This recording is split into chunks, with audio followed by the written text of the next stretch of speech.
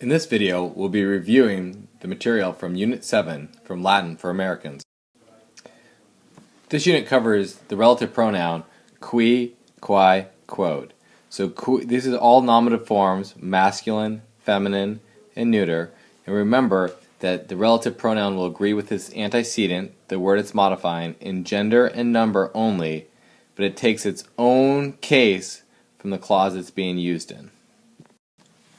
So qui, quae, quod declines as qui, quae, quod. Genitive singular is cuius, cuius, cuius. Dative is cui, cui, cui. Accusative is quem, quam, quod. Ablative is quo, qua, quo. And now in the plural is qui, quae, quae. Quorum, quorum, quorum.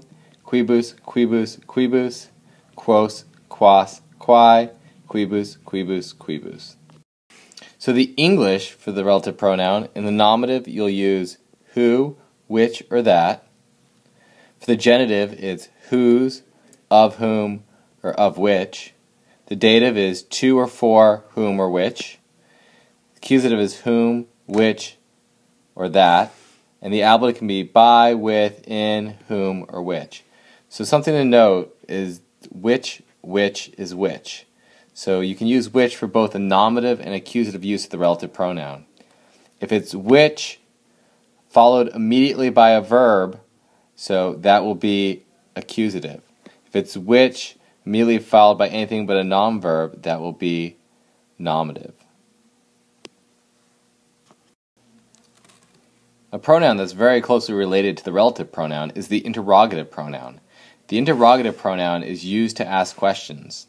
So like, to whom did you entrust the letter, or what are you doing?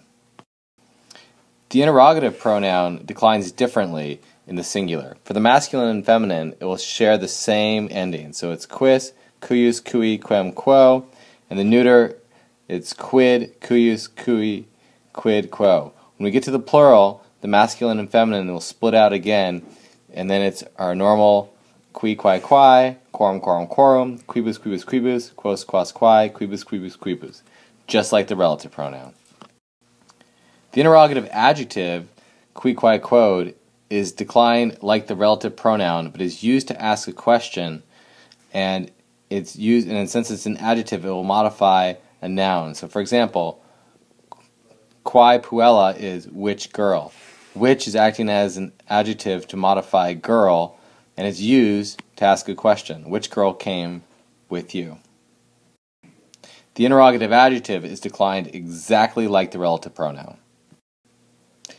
The ablative of manner expresses the manner an action is performed with the ablative case and with cum.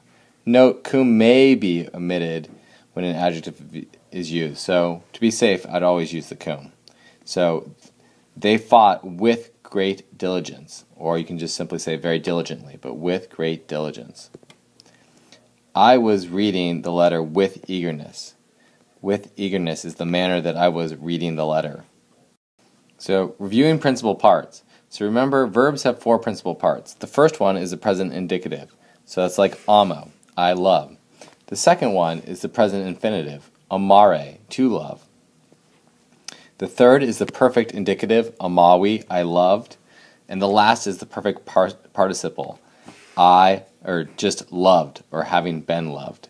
You need to memorize these anytime you learn a new verb because they're very important to know. Here's some examples. Again, porto, I carry. Portare, to carry. Portavi, I carried, and portatus, carried. Same for docio, I teach. Docere, to teach. Docui, I taught. Doctus, taught. And the pattern follows through the rest of the verbs. Latin is a very regular language, and most Latin verbs are based upon just three stems, and they're formed from the principal part. You take the present stem from the second principal part, where you drop the re, and you get porta. You get the perfect stem by dropping the I from the third principal part to get porta, and the participle stem, you drop the us to get portat. Here's a review of the second conjugation principal parts. Notice for the second conjugation, the first principal part always ends in EO. And the second principal part is always ERE. So a trick to remembering principal parts is also looking for compounds. So tenio, tenere, tenui, tentus is very similar to continuo, continere, continui, contentus. You're adding con and sus for these two, and notice the difference is that the I, or the E becomes an I, but it follows the same pattern. If you can learn the patterns of compounds, it will make memorizing principal parts a little easier. These are the principal parts for the third and third IO.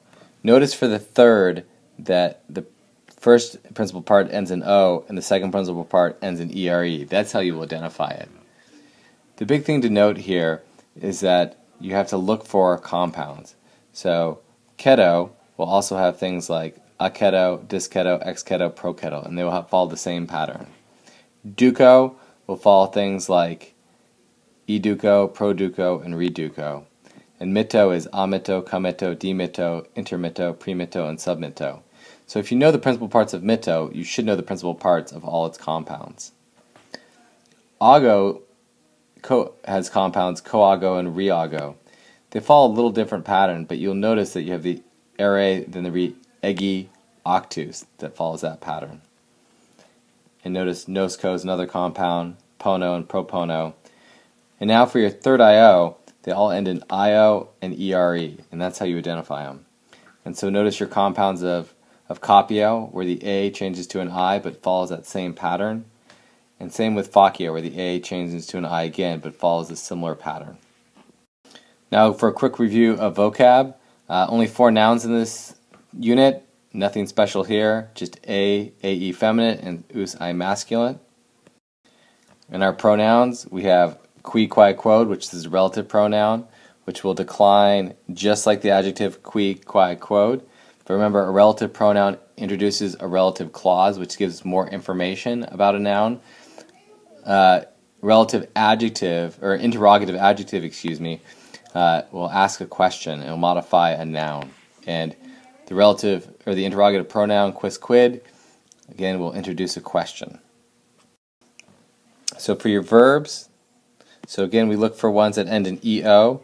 So monio, obtenio, promoio, sustenio, they end in EO, so they will all be second conjugation. If I see no IOs here, so there won't be any fourth or third IO. Now I have to identify my thirds. Cognosco, which is just like nosco.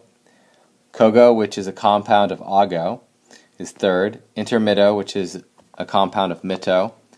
Peto and submito, another compound of mito, would be my thirds, and the rest, conservo, plico, and do, are all first. Remember with do, it's do, dare, dedi, datus. And it's first, but it has an irregular third principal part, but it will behave just like a first. The only thing that's special about it is its third principal part. And our adverbs are ante, before, and cur, y. And the prepositions, ante, before with the accusative, inter, between, like intramurals between the walls, ob, on account of, trans is across, like transatlantic, transcontinental, and atque, or at is just and also, and non is for.